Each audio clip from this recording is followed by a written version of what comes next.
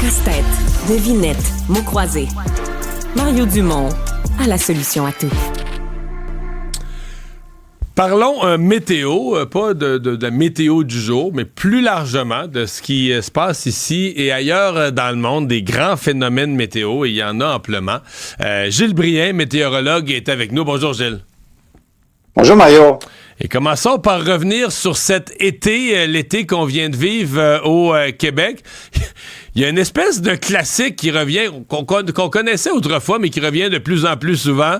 La journée chaude et humide avec, dans l'après-midi, Environnement Canada qui nous avertit, alerte, possible tempête, grêle, etc., etc. Donc, la journée chaude et humide qui finit avec des orages. Oui, c'est un peu un résumé de toute la météo qu'on a eue cet été. C'était un été de tous les dangers. Et quand je parle de danger, je parle de refoulement d'égouts surtout. Si vous avez moins de 82 ans, c'est l'été le plus pluvieux que vous avez jamais vu à Montréal.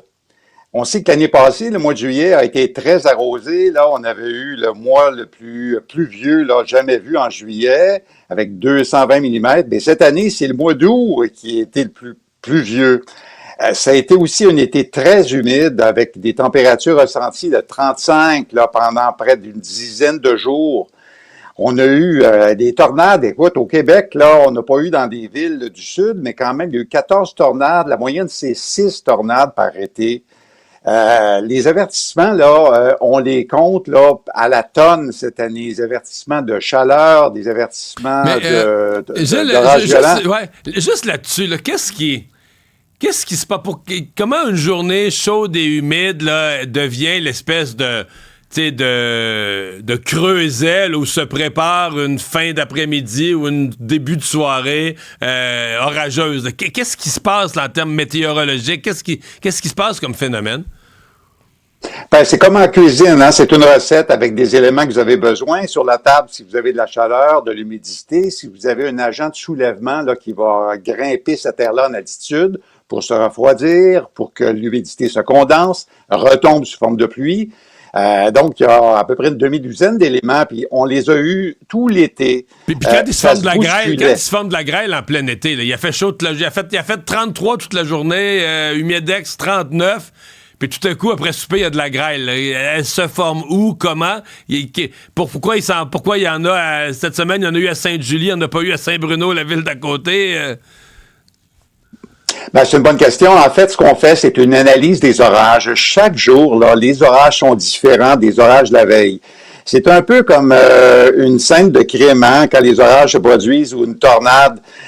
Vous avez différents éléments qui vont vous donner différents paramètres. Ça peut être de la pluie abondante qui tombe avec un orage, comme on a vu cet été. Ça peut être aussi des rafales ou une micro-rafale qui dépasse les vents qui causent des dommages, 100 km à l'heure. Ça peut être de la grêle aussi s'il y a de l'air froid un petit peu en altitude. Ça peut être aussi une tornade. Alors, chaque orage amène son lot de problèmes. Puis, tous les matins, les sondages aérologiques, les gros ballons qu'on envoie dans l'atmosphère, ceux qu'on détruit avec des avions quand ils viennent de Chine, ces ballons-là nous renseignent sur l'instabilité de l'air et le type d'orage qu'on va avoir. Alors, chaque jour, c'est différent. On sait que les États-Unis ont connu une saison épouvantable de tornades cette année. C'est le pays où il y a le plus de tornades dans le monde. Mais aussi, ce qu'on oublie, c'est que le deuxième pays où il y en a le plus, c'est le Canada qui en a beaucoup. Et cette année, on en a la preuve. Heureusement, on n'a pas touché des villes. À ce moment-là, les gens ont l'impression, parce que la tornade elle tombe dans le bois, qu'il n'y a pas de dommages, il n'y a pas eu de dégâts. Mais on l'a vu à Mascouche, il y a 2 ans. On l'a vu aussi à Gatineau en 2018. Les villes pourront pas éviter dans le futur des tornades. Là, actuellement, c'est de la pluie abondante. Et c'est vraiment ça qui nous menace, les Québécois, pendant l'été. C'est pas vraiment les tornades. On n'est pas dans les ligues majeures des Américains. Ce qui nous menace, c'est de la pluie comme il y a eu avec Beryl, 79 mm de pluie le 10 juillet. Un mois plus tard, le 9 août, avec Débit, on a 222 mm de pluie. On n'a jamais vu ça, des records de pluie comme ça. Puis comme je répète souvent, ce qui inquiète avec les records, c'est que c'est sûr, le climat change naturellement. Mais si le climat changeait vraiment de façon depuis 10 000 ans, ben, les records seraient brisés par un demi-degré, quelques millimètres de plus. Mais là, c'est pas ça qu'on voit, là. Les températures, là, qui sont brisées, que les records, c'est de 5, 6 degrés. Et la pluie, là, record, on le voit, c'est le double qui tombe. Alors, plus besoin d'aller dans les tropiques, là, c'est les tropiques qui viennent à Montréal maintenant. Ouais. Est-ce que, question niaiseuse, est-ce que l'été est fini? Non, on a déjà vu... Mais le sens de ma question, c'est que ces dernières années, on a eu beaucoup, beaucoup de beau temps en septembre, même de la belle chaleur, des fois qui déborde dans le mois d'octobre. Est-ce que c'est une nouvelle habitude qu'on peut espérer ou c'est des accidents des dernières années? Non, c'est la nouvelle normalité, là. La chaleur déborde maintenant en septembre. On a vu en 2017 le marathon de Montréal là, être annulé à la fin du mois parce qu'il y avait de la chaleur abondante. Les coureurs pouvaient pas vraiment se mettre à performer dans ces conditions comme ça.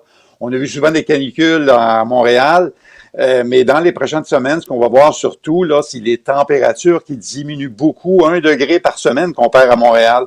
À partir du mois de septembre, là, vraiment, ça tombe. Tous les indices nous pointent vers un hiver, d'ailleurs, qui va se pointer le bout du nez à fin septembre. Et on sait que cette année, on a un hiver La Nina, hein? Alors, attendez-vous peut-être à pelleter pas mal plus cette année. Oh! Potentiellement beaucoup de neige. Gilles Brier, merci beaucoup. À bientôt. Au revoir. Au revoir.